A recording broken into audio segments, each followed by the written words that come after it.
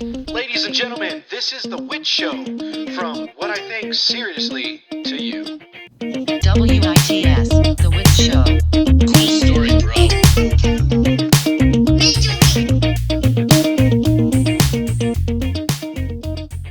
All right, welcome back to The Witch Show, where smart meets stupid and somehow makes sense. You already know I'm Georgie, and I'm thinking out loud so you don't have to. Speaking of that, it's Christmas time, so today, maybe we're going to take it easy. Festive vibes, family, gratitude. Yeah, okay, because nothing says peace on earth like maxed out credit cards and people fist fighting over discounted TVs. All right, calm down, the Grinch. Maybe people just want to give their loved ones a good holiday. Yeah, no. People want relief from guilt that corporations inject into them around, mid-November. Okay, so this is going to be one of those episodes. Light the tree, start the rant. Yes, of course. But before we fully start, let's do a quick shout out to Dubby. No, dude, you're doing it again. Dude, shut up. They're one of our freaking partners. Yeah, bro. I know, dude. And they got the zero sugar, zero crash, and it actually tastes good. But come on, man, they're a freaking corporation. Yes, dude. I know they're a corporation, but they're a great corporation. They're even American made, dude. And the energy drinks without the junk? Come on, man. Dubby's the move. Yeah, I know. And back in 2022, they were rated the cleanest energy drink for gamers, but still. Exactly, dude. And they do sweet promos. Like if you use code The Witch Show, you get 30% off your order. Yeah, I guess so. And it does help out our show. All right. Go ahead and do the jingle, dude. Oh, no. That's not me. That's Jarvis. Hey, Jarvis, you're up. Zero sugar, no crash, yeah, I'm locked in. Clean energy when the work won't stop, man. No jitters, no fade, stay ready. Power through the night with Dubby. Dubby up, stay sharp, stay steady. Use code The Witch Show, 30% off, get ready. Oh, friggin' nice, dude. Always a banger. All right, Christmas comes with a strange unspoken rule that nobody ever sits you down and explains, but everyone somehow understands. If you don't buy enough, you didn't try hard enough. No one says that out loud. No one writes it in a card, but it hangs in the background of the entire season, quietly judging you. It shows up in the way people ask what you got someone, in the weight of a receipt that somehow feels heavier than the gifts themselves, and in that lingering thought that keeps popping up no matter what you buy. Is this enough? The question alone is where the pressure really starts. People don't just feel pressure to be happy during Christmas, they feel pressure to perform happiness. You're expected to display joy, to smile in photos, to post highlights, to wrap everything perfectly, and make it all look effortless. And if you're stressed, exhausted, or overwhelmed, it feels like a personal failure because Christmas is supposed to be magical. So instead of questioning the system, people question themselves. They assume they are the problem, that they're doing something wrong, that they're not trying hard enough to feel the way they're told they should feel. Come on, man. Christmas sucks. Let's be honest with each other. It sucks, and it sucks because of consumerism. People telling you that you don't love them because you didn't buy them enough. Now, I know they're not exactly saying that, but come on, let's be honest. If your kids woke up on Christmas morning to zero Christmas presents, they would be crushed. And you would be crushed because they're crushed.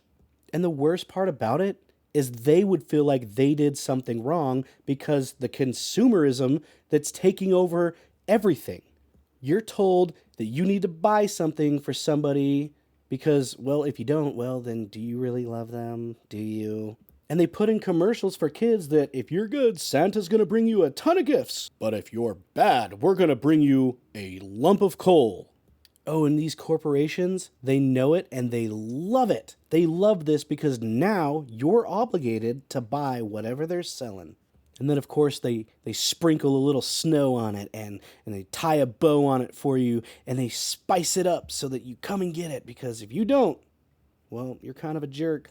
I mean, think about it. Even your own parents have that one story where they wanted something so badly for Christmas and then they never got it. And they remember it for the rest of their lives. Or it was something that they absolutely wanted, and it was the best Christmas they ever had. Consumerism at its finest. Toy with people's emotions, because if you break a heart, you're a horrible person. And you can easily do that by not giving them that one gift on Christmas morning.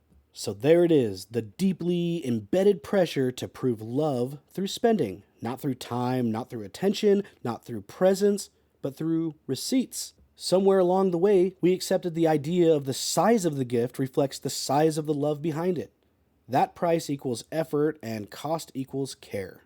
Once that idea takes root, it becomes almost impossible to ignore. On top of that, there's an invisible standard everyone is trying to keep up with. A bar that somehow gets higher every single year without anyone agreeing to move it. Last year's gifts, they're not enough anymore. Last year's decorations feel outdated. Last year's tradition needs to be upgraded. And no one can even explain why. They just do it. Like, come on, people, let's stop raising the bar. Seriously, let's focus on more important stuff like family time and making that freaking ham with your kid. We all know that you only see your family members once a year. Is this a silent, I'm sorry for not spending time with you throughout the entire year, so I just come and get this present and buy it for you and make you feel better? It's like my apology for not being around all year. I mean, seriously, think about it. The pressure doesn't come from your kids.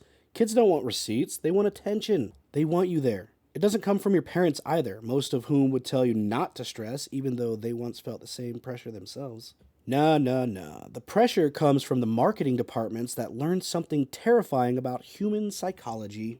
How to attach guilt to a price tag, how to make love feel conditional, and how to make hesitation feel like failure. They don't have to say, buy this or you're a bad parent. They just show you a perfect moment you're afraid to miss, and suddenly you're not buying an object anymore. You're buying relief from shame. That's why Christmas trees feel so personal and why the system works so well. It convinces you that the pressure is your fault.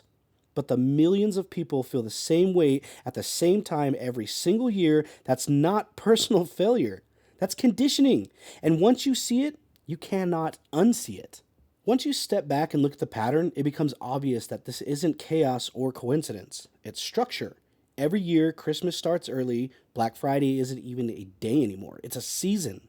I mean, seriously, I remember when you had to flip through the frickin' newspaper to find the deals, and people would fight over them. Now it's like a week-long thing. We even got frickin' Cyber Monday. Sales creep in October, then November, then somehow you're seeing the holiday ads before Halloween is even over.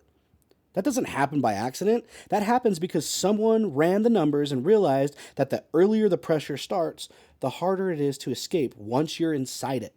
I mean, even my own wife busts my balls for not getting Christmas presents halfway through the year. She'll seriously start buying Christmas presents in friggin' July. And guess what? She's not the only one. She actually learned this from other people. Also, I'm not attacking you, babe. I love you, and you're amazing for literally everything that you do. But that brings us to urgency. Urgency is manufactured and it's not discovered. Limited time only. Lasts for weeks. Last chance. Appears again tomorrow. Almost sold out. Somehow never sells out. The language is always the same because it works. It creates anxiety, and anxiety shuts down logic. When people feel rushed, they don't ask whether they need something. They ask whether they can afford not to get it. And that small psychological shift is where the control sneaks in. What makes this especially disturbing is how predictable it all is. The same emotions hit at the same time every year. Stress in early December, panic in mid-December, registrations right before Christmas, then guilt in January. If millions of people experience the same financial and emotional consequences at the same point on the calendar every single year, that's not tradition. That's a system functioning exactly as it's intended. A system where people are encouraged to overspend, reassured while doing it, and then quietly blamed afterward for not budgeting better. And the most effective part of the system is that it never looks like force. No one is holding a gun to anyone's head. No one is being ordered to spend money. Instead, the pressure is wrapped in nostalgia, family imagery, and feel-good language. You're told it's about generosity while every mechanism surrounding it is about extraction. And the moment you start to feel overwhelmed, the system points the finger back at you, telling you that you didn't plan ahead. You didn't save enough. You didn't manage your money well enough. It's all your fault. But the truth is much simpler and much darker. This was never designed to be manageable. It was designed to be profitable. And that really sucks for people who have to pay bills in a freaking country that's already inflated anyway. Most of us these days can barely even survive on our paychecks alone. It takes more than one person to run a household these days. But somewhere along the way, we accepted a lie so quietly that most people don't even realize it's there anymore. The idea that debt is just a part of love. That if you really care, you'll find a way to make it work. You'll put it on the card, figure it out later, and deal with the consequences in January. That logic has become so normalized that people repeat it without hearing how insane it actually sounds. But it is insane when you look at the numbers. According to a recent holiday spending survey, about 79% of people who plan to spend on gifts or travel this season expect to use a credit card to do it. And more than half of those people don't plan to pay off the balance in full when the bill arrives. Roughly 17% say it will take more than 6 months to pay off that debt once the holidays are over. We tell ourselves that stress equals effort and exhaustion equals devotion, and that if Christmas doesn't leave you financially or emotionally drained, you somehow didn't go hard enough.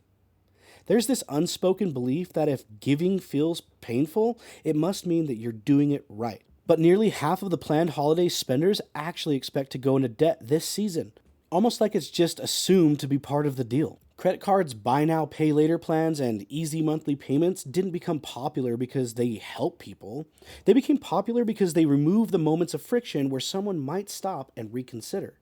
According to surveys tracking holiday spendings, many shoppers are still paying off debt from last year's holiday season. As many as 31% of people surveyed are carrying over balances from previous years, and roughly 10% of those are still paying off debts from multiple seasons. This stress-inducing financial habit isn't uniform across all age groups either. Younger adults, for example, are much more likely to expect debt from holiday spending, which only reinforces the cycle of spending, swiping, and regretting.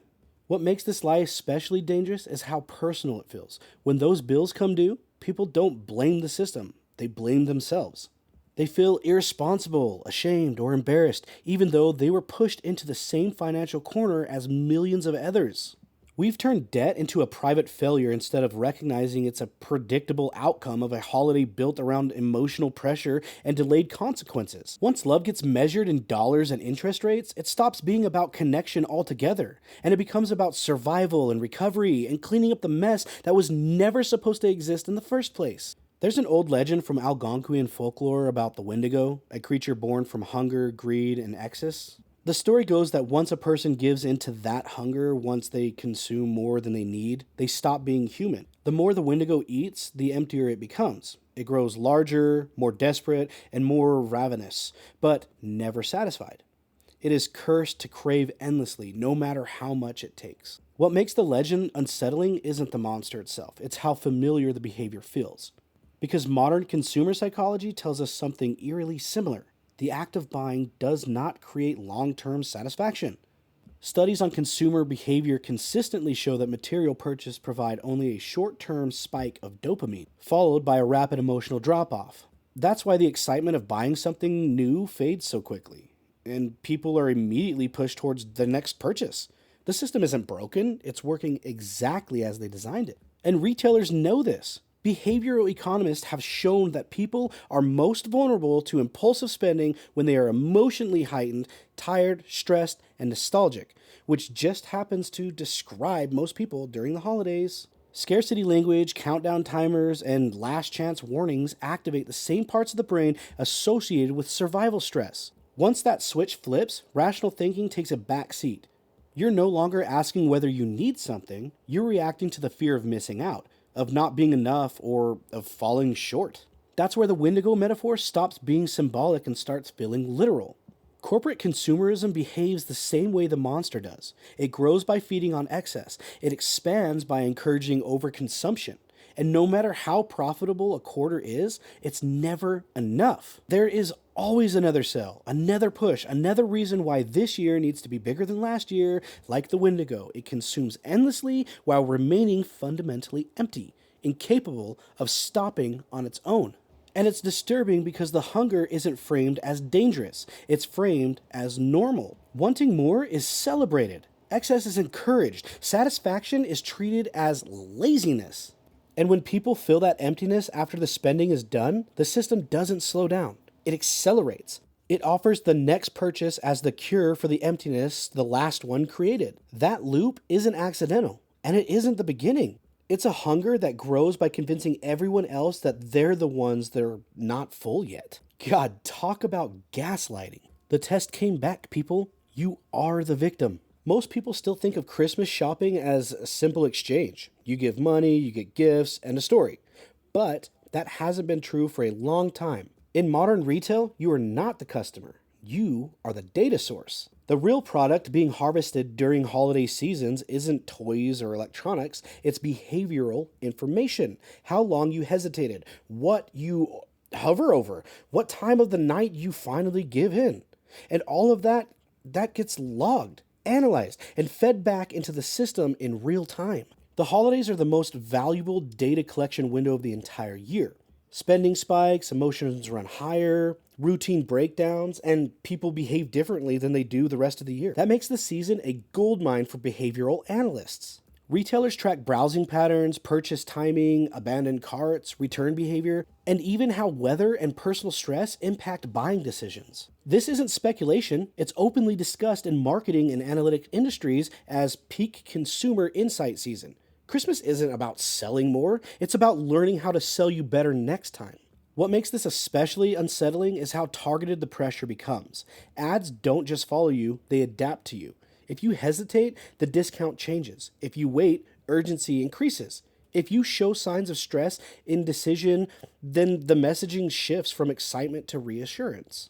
You're not being marketed to as a person, you're being molded as a pattern. And during the holidays, that modeling gets sharper, more aggressive, and more accurate because your defenses are down and your emotions are exposed. And none of this feels intrusive because it's wrapped in convenience, personalized recommendations, helpful reminders, just for you deals, but convenience is camouflaged. Behind it is a system that knows when you're most likely to overspend, most likely to justify it, and least likely to stop and think. The creepiest part isn't that this exists, it's that it works best when you don't notice it at all. Christmas doesn't just distract people with lights and noises, it creates the perfect environment for observation. Loud enough that no one hears the machinery running, and bright enough that no one looks too closely at who's really watching. The holidays are loud by design. Bright lights, packed schedules, endless noise, constant movement. There's always somewhere to be, something to buy, something you're running late for, and when life gets that busy, awareness is the first thing to go. People stop noticing patterns, they stop trusting instinct, stop paying attention to the quiet moments where something feels off. Distraction becomes the background state. December is one of the most chaotic months of the year. Travel spikes, alcohol consumption increases, sleep decreases, stress levels rise. People are driving further, later, and in worse conditions. They're navigating crowds, bad weather, and unfamiliar routines while emotionally stretched thin. The combination isn't just exhausting, it's dangerous. When everyone's attention is fractured, mistakes happen more easily and warning signs get missed. This is also when people are most vulnerable, emotionally, financially, and physically. Emergency services see increases in accidents, mental health hotlines report higher call volumes. Financial stress peaks just as emotional expectations hit their highest point, and yet none of this feels alarming in the moments because it's framed as normal. It's just holidays. Stress is expected, fatigue is brushed off, anxiety is laughed away as seasonal. And here's the unsettling part. Distraction doesn't just make people careless, it makes the system invisible. When everyone's focused on buying, traveling, and performing happiness, fewer people ask questions, fewer people slow down, fewer people notice who's benefiting from the chaos. The lights don't just decorate the season, they drown out reflection. They keep people moving forward without ever stopping to ask whether any of this actually feels right. The creepiest thing about the holidays isn't cryptids in the woods or shadows at the edge of town. It's how easy it is for reality to blur when routine collapses and pressure takes over. When everything is louder than your intuition, you stop listening to it. And that's when things slip through the cracks, not because people are careless, but because they're overwhelmed. Christmas doesn't just demand attention, it consumes it. I'm not saying don't celebrate Christmas. I'm not saying don't give gifts or enjoy the season. What I'm saying is that somewhere along the way, we stop separating meaning from money, and that confusion has cost people far more than they realize. The truth is Christmas didn't lose its meaning because people questioned it. It lost its meaning because massive corporations figured out how to monetize emotion and then convince everyone that the pressure they feel is normal. Love became leverage, tradition became obligation, and the moment you feel overwhelmed, the system tells you it's your fault for not budgeting better, not planning earlier, and not keeping up. It never admits that the weight you're carrying was intentionally placed there. So, if you take anything from this episode, let it be this. Your value is not measured in receipts, your love is not proven by debt, and your worth has never been tied to how much you spend. The most dangerous thing about the season isn't what people buy, it's how easily they stop questioning why they're buying it. Celebrate if you want, opt out if you need to, but don't confuse consumption with connection, because the moment you do, the system wins, and the moment you don't, it loses its grip. I hope you guys have a great holiday season. Merry Christmas or Happy Hanukkah, whatever you celebrate. I hope it's amazing, and I hope you get all the things that you want, especially that very, very important family time. But Georgie, I'm an orphan. No, that's okay. You're part of the Wits Show family, and I care about you, buddy. So go eat some food, get all fat and happy, and enjoy your holiday season. As always, until next time, this is the Wits Show, where smart meets stupid and somehow makes sense. My name's Georgie, and I'm thinking out loud so you don't have to. Ladies and gentlemen, this is the Witch Show from what I think seriously to you. WITS, The Witch Show. Cool story, bro.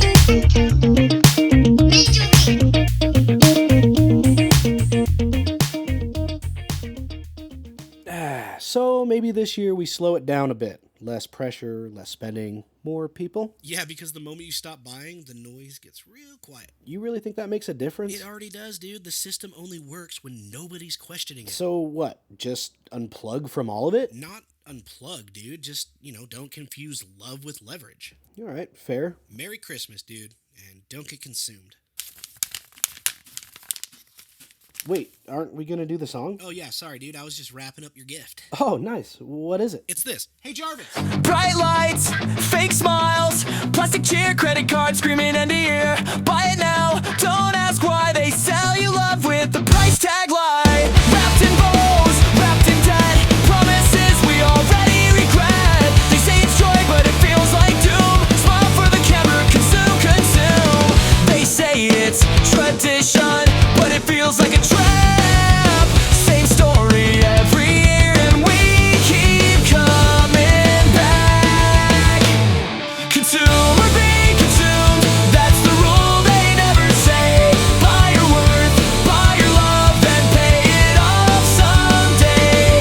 Consume or be consumed, under red and green disguise. If you stop and question anything, you finally see the lie. Limited time, last chance deal. Fear tastes better when it feels real. They don't need chains, they don't need force. Just guilt and ads on a collision course. Dopamine hits, then it fades. Another hole that the system made. They sell the cure to the sickness too. Empty hearts, idle too. They call it magic, call it fate, but the hunger grows the more you take. Consume or be consumed, that's the rule they never say. Buy your worth, buy your love, and pay it off someday. Consume or be consumed, under red and green disguise. If you stop and question anything, you finally see the lie. Maybe love was never meant to hurt. Maybe death was never proof. Maybe peace was never something you could swipe and choose. Consume or be consumed, we were trained, not born this way. If we stop feeding the machine, it starts to fade. Consume or